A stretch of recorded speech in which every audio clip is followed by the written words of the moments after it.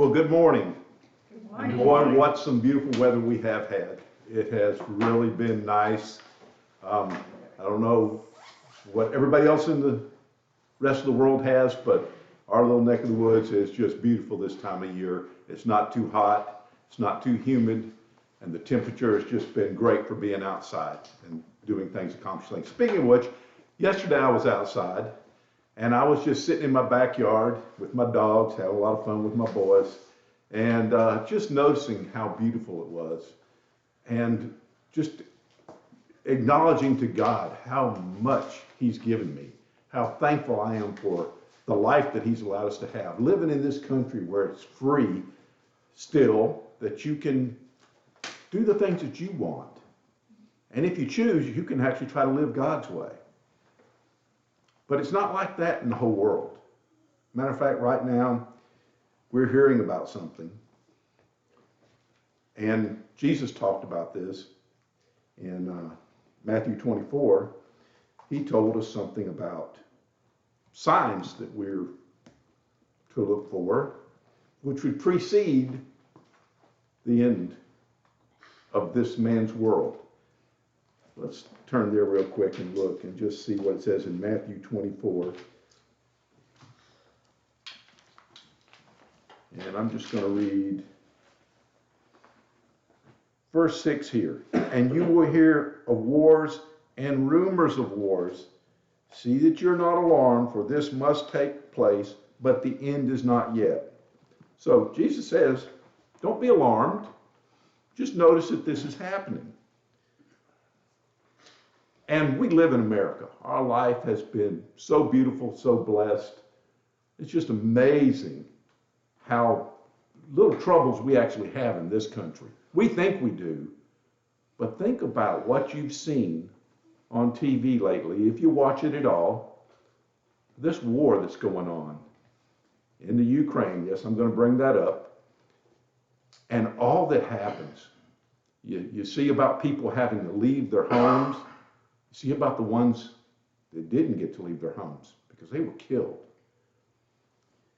I thought about the people in Russia and Ukraine and other parts of the world that are facing war.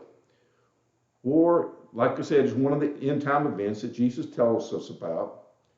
I don't know how many hearing my voice today have ever been in a war. I haven't. But like I said, I've seen pictures of war all the way back to one of the first wars that they ever took pictures of was the war between the states, the Civil War in the United States of America. And in that war, there was massive, like it had not ever been really, especially for the United States, deaths in battles. Not just hundreds, not just thousands, but tens of thousands of men dying in a single battle. And we think that 9/11 and 3,000 people, or a little over 3,000 people dying in that one little bit was a lot. We're talking hundreds of thousands of men died in that war. And what was it all about? Like I said, we can see the videos now of war. And war isn't pretty. Matter of fact, it's not got a lot of good for anything. Made me think of something. I was riding with my daughter a week ago, and we were riding along listening to some music on the radio, and it played a song you might remember if you're old enough. It was from 1970 by a man named Edwin Starr, and it's called War, What Is It Good For? I'm going to read some of the lyrics from it for you. Well, the biggest thing that he says in this is war. What is it good for? Absolutely nothing. And in the first verse, he says, war I despise, because it means destruction of innocent lives. War means tears to thousands of mothers' eyes when their sons go out to fight and lose their lives. And he repeats again, war. What is it good for? Absolutely nothing. In verse 2, he says, it ain't nothing but a heartbreaker, friend only to the undertaker. War is the enemy of all mankind. The thought of war blows my mind. And I can say that too. The thought of seeing what we've seen in these wars, it blows my mind. I just can't imagine what that's like. Sadly, we're probably going to find out what it's like. He says, war caused unrest within the younger generation, induction, then destruction. Who wants to die? It ain't nothing but a heartbreaker. It's got one friend, the Undertaker. War has shattered many young men's dreams, made them disabled, bitter, and mean. Life is much too short and precious to be fighting war these days. War can't give a life. It can only take it away. And I think about where he said there, it's messed up men's dreams. Well, the thing that people are experiencing that have been in war, they call it PTSD, post-traumatic stress disorder. And these guys that come back from a war, even though they're not in a war, they have trouble with the little things that make them go back to that in their mind. And the experiences that they had, which were not good experiences. So I said, again, war, what is it good for? Absolutely nothing. It ain't nothing but a heartbreaker, friend only to the Undertaker. Peace, love, and understanding. Tell me, is there no place for them today? They say we must fight to keep our freedom, but Lord knows there's got to be a better way. War, what is it good for? Well, that song just made me think a lot about what's happening in the world and the things that are to come upon the world.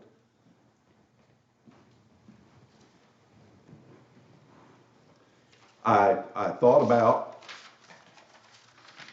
what type of things we're going to be facing. Like I said, we all know the effects of war in cost, in money, in human lives. In the largest war to date, World War II, which lasted 6 years,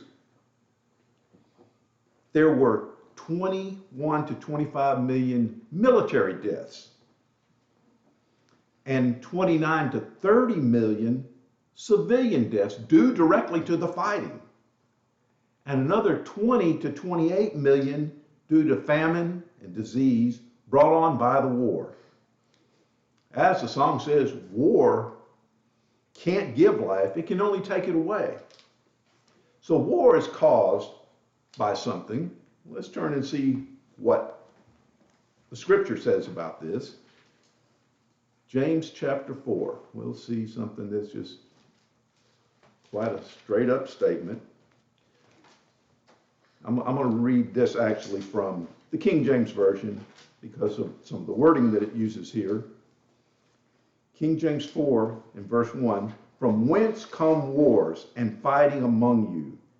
Come they not hence, even of your lusts that war in your members? Ye lust and have not, ye kill and desire to have and cannot obtain. You fight and war, yet you have not because you ask not. Wars come about because of the lust and the desires that we have of the flesh, this body that God's given us to live in. We have things that we want, which we're not getting. So what do? We go about trying to cause it to happen. Instead of asking God and waiting for him to deliver, we try to cause it to happen. Look at what's happening. I would say what's truly happening in Russia and Ukraine right now. You know, those people didn't go out, the citizens of Russia and the citizens of Ukraine didn't go out and vote and say, we want a war. No, their leaders who wanted something decided to start this war. Especially the one in Russia. I'm trying to take sides here, but what does he want? That he would actually cause the death of thousands of people.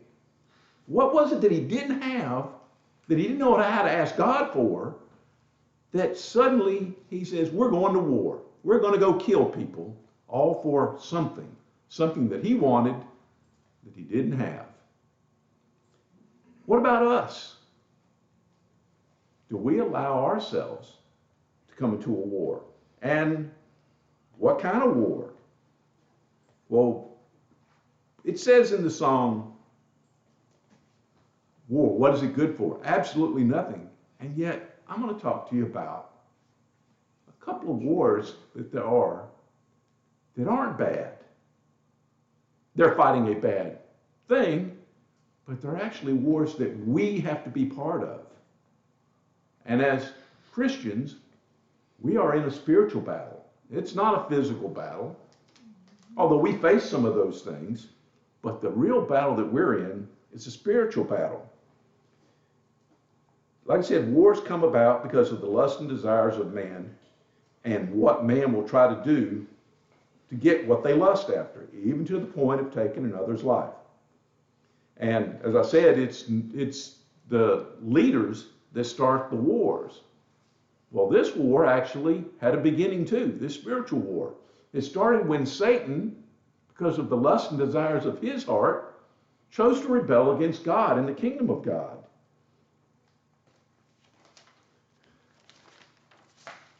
And our leader, and yes, in this war we have a leader, we have a commander, Jesus Christ. And he tells us that we are to be prepared for a battle. We're in a war. It's a war that you and I are in right now. And like I said, it isn't a physical war, one where we see one kingdom fighting another, although there is unseen rulers. We don't see Satan, and I myself have not seen Jesus Christ, but they're in a war they've called us to. Like I said, the first mention of war is in Genesis 14 and verse 2. Let's just turn real quick to see what it says. Genesis 14 and verse 2. This is the first mention of a war in the Bible, even though we know war started before this one, but the first mention of it.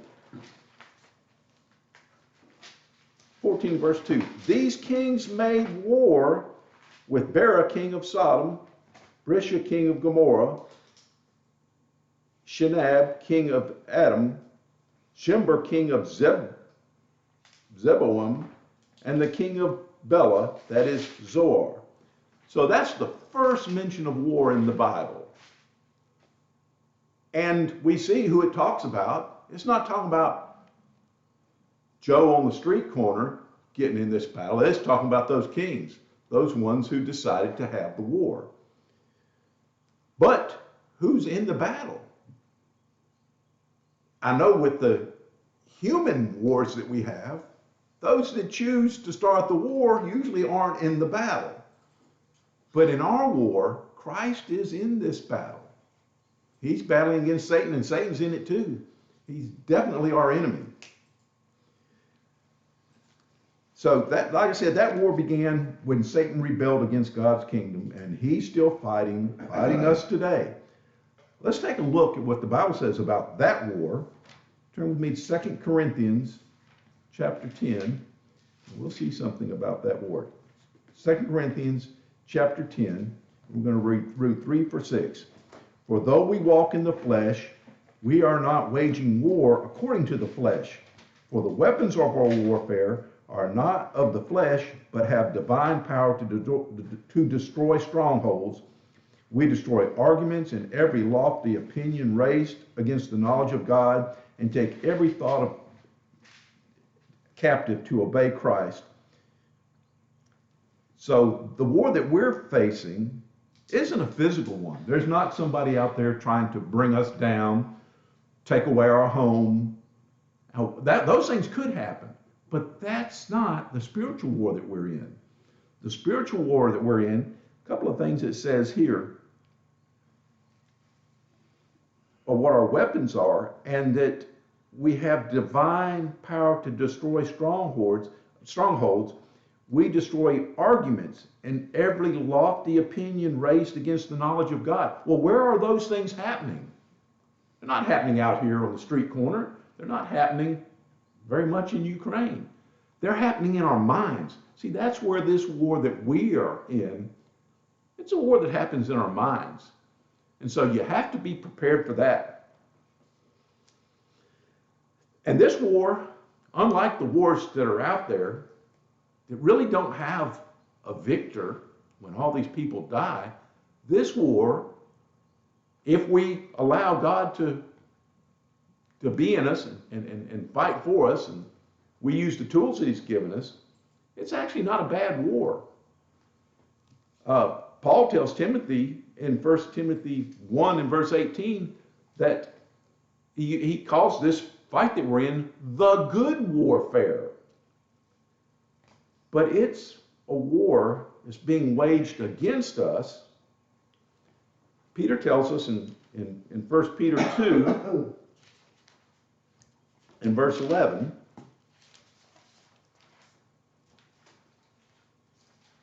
Beloved, I urge you as sojourners and exiles to abstain from the passions of the flesh, which wage war against your soul. So even though it's something that's happened within us, it's the passions of the flesh that are waging against us, those things are put out there by Satan. He's the one who broadcasts in us the things that make us lust for the flesh. And those are the things we have to fight. Like I said, we aren't in this war alone because God is on our side. And though we have a powerful enemy, God has given us the things that we need to face the battle. Let's see something about this battle that we're in. Ephesians chapter 6. And I'm going to read, starting with verse 10 here. Finally, be strong in the Lord and in the strength of his might. Put on the whole armor of God, that you may be able to stand against the schemes of the devil. For we do not wrestle against flesh and blood, but against the rulers, against the authorities, against the cosmic powers over this present darkness, against the spiritual forces of evil, even in heavenly places. Therefore, take up the whole armor of God, that you may be able to withstand in the evil day, and having done all, to stand firm. Stand therefore, having fastened on the belt of truth, and having put on the breastplate of righteousness, and as shoes for your feet, having put on the readiness given by the gospel of peace. In all circumstance, take up the shield of faith, with which you can extinguish all the flaming darts from the evil one, and take the helmet of salvation and the sword of the Spirit, which is the word of God, praying at all times in the Spirit with all prayer and supplication. To that end, keep alert with all perseverance, making supplication for all the saints. So that's the tools that we have in this war. Yes, we have a powerful enemy, somebody that we're fighting who, if we didn't have the tools that God gives us here, we'd be slain. We wouldn't have a chance.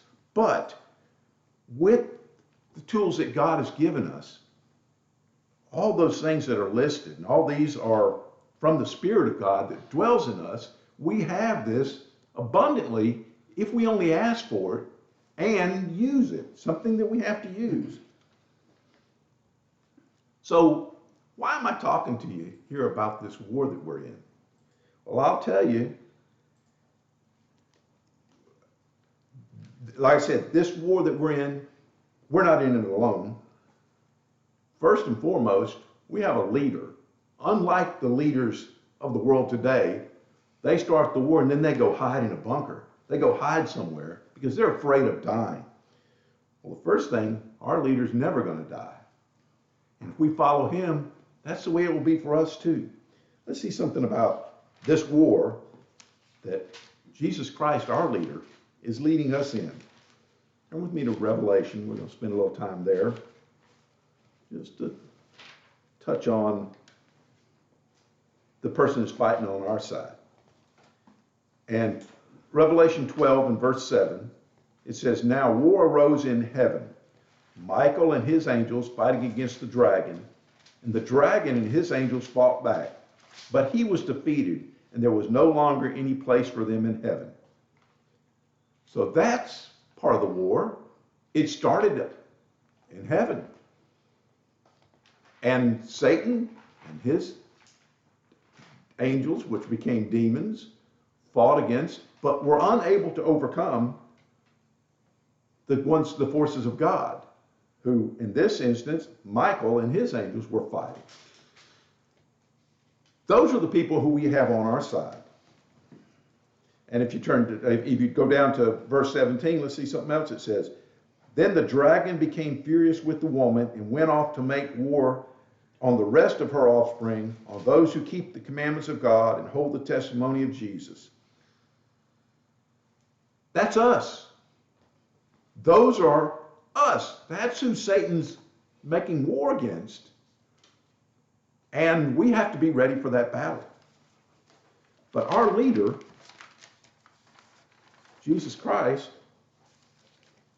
he's ready for the battle too. In Revelation 13 and verse 7, start with verse 5. And the beast was given a mouth uttering haughty and blasphemous words, and it was allowed to exercise authority for 42 months. It opened its mouth to utter blasphemies against God, blaspheming his name and his dwelling, that is, those who dwell in heaven. Also, it was allowed to make war on the saints and to conquer them, and authority was given it over every tribe and people and language. And all who dwell on the earth will worship it, everyone whose name was not written before the foundation of the world in the book of the Lamb who was slain. So that's, again, the battle that we are facing. But then, and that's a powerful enemy. Somebody that we're facing in this spiritual battle, very powerful enemy. But let's see what happens at the end of this battle, the things that are going on. In Revelation 17, starting with verse 12, and the 10 horns that you saw were 10 kings who have not received royal power, but they are to receive authority as kings for 1 hour together with the beast. So there's that enemy again.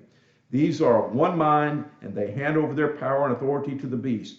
They will make war on the Lamb, and the Lamb will conquer them, for he is Lord of lords and King of kings. And this next part I really like. And those who are called, those with him are called and chosen and faithful. So is that who we are? If we're with him in this battle, we are the called, the chosen, and the faithful. So like I said, why am I talking to you about this war? You know, we are truly experiencing wars and rumors of wars in this world. But the battle that we're in is not that battle. The war that we're actually to partake in is not that physical war that's happening. Today I'm telling you about war because of the battle we're in, and because I have the opportunity and I feel like I've been commanded to talk about this because I read something. It says in Ezekiel 33, I'm going to turn over here, and I may be taking it a stretch here with this one, but I think that when I read this, I just couldn't help but feel that I needed to talk about this. Ezekiel 33, and it says, verse 1 here, the word of the Lord came to me saying, Son of man, speak to your people and say to them, if I bring the sword upon a land, and the people of the land take a man from among them and make him their watchman, and if he sees the sword coming upon the land, and blows a trumpet and warns the people, then if anyone hears the sound of the trumpet and does not take warning, and the sword comes and takes him away, his blood shall be upon his head. He heard the sound of the trumpet and did not take warning, his blood shall be upon himself. But if he had taken warning, he would have saved his life. But if the watchman sees the sword coming and does not blow the trumpet, so that the people are not warned, and the sword comes and takes any of them, that person is taken away in his iniquity, but his blood I will require at the hand of the watchman. It says, so you, son of man, I have made a watchman for the house of Israel. And whenever you hear a word from my mouth, you shall give them warning from me. So that's what I felt like. God had me look at this and see this battle that we're in. And I felt like I needed to tell, to warn, to get you prepared. I'm sending this warning out, sounding the alarm, putting out a call for battle for the war that we are all in. Some for a short time. Some of us has been in this battle for a long time, most of our lives. Most of us know this, but some really don't see it. because it hasn't affected them in any tangible, physical way. But it can and will affect us spiritually if we aren't aware of it and prepared for it. So that's why I'm sending this out now. I'm calling the alarm. I'm sending it to you to pick up spiritual arms. Put on the armor of God, that the one that He's prepared for us, and we have easy accesses to it through His Spirit. And let us be ready to wage a righteous war against the one who would kill us spiritually. If we prepare for this war, one that we're already in, we must fight with God on our side. We will win. We can be of those ones that is spoken of in Daniel. Let's turn to Daniel chapter 12. And I'm just going to read verses 1 through 3 here. At that time shall arise Michael, the great prince, who has charge of your people, and there should be a time of trouble such as never has been since there was a nation till that time. But at that time your people shall be delivered, every one whose name shall be found written in the book. And many of those who sleep in the dust of the earth shall awake, some to everlasting life, and some to shame and everlasting contempt. And those who were wise shall shine like the brightness of the sky above, and those who turn many to righteousness like stars forever and ever. So don't be afraid of these times that we are in. We're living in some tough times, but I'm challenging you now to prepare for war. Put on the armor of God, and let's get ready for the battle.